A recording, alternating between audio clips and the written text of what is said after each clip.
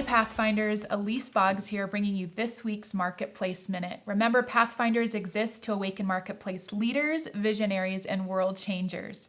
This week, we are concluding our 4-part series on emotional intelligence. I hope you've enjoyed it and been as challenged as I have.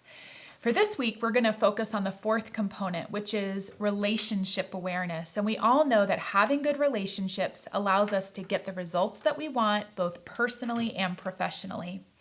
And there's so many topics that I could choose under this particular component, but I really felt like building trust is such a fitting one for our time. Charles Green, author of The Trusted Advisor, gives us a practical framework for building trust within our organizations. The formula is credibility plus reliability plus intimacy divided by self-orientation equals trustworthiness. So what do all these components mean? Credibility, it's competence in your field, it's competence in your work that people come to rely on. Reliability, you consistently follow through with what you say you're going to do. People can rely on you to meet deadlines, fulfill commitments, etc. Intimacy, how safe do you make it to be around you? Are people confident that if they ask for confidentiality that you're a locked vault, or that if they make a mistake, you're not going to embarrass them in front of other people? These are the primary components of the equation, but they all rest on the denominator, which is self-orientation. So what's self-orientation? It's, do we have an orientation towards self or others? That's what it all comes down to, because people can feel whether we have an agenda or whether we're really geared towards meeting and taking their needs and perspectives into account. You know, they say the best people in sales are the people who forget to sell and just start meeting the needs of their customers. And this goes very much in line with the philosophy of servant leadership, where people really feel that their leader is empowering them and for them. So all those things on the top of the equation are nothing because they can be seen as inauthentic unless our orientation is for others.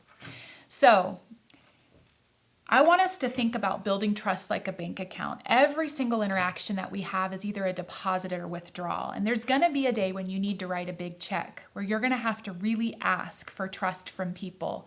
But have you made enough deposits into this equation that you can write that big check? That they would stay extra hours, that they would keep working for you in a tough economy? Ask yourself, am I making more deposits or more withdrawals? And what are the benefits of trust to an organization? Well, people are innovative, they're creative, they authentically share information, they take blame for their mistakes, they share credit with other people.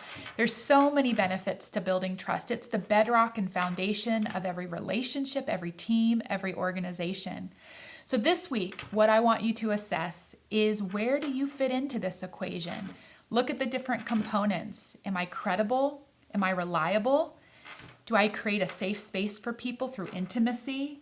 And if people were to guess if I'm for them or for myself, what would the poll reveal? I want to challenge you with this week, and I want to thank you so much for joining us for this 4-part series. I hope that you feel more equipped to be emotionally intelligent in both your personal and professional relationships. And remember, it's not about just making a living, it's about making a difference. We'll see you next time.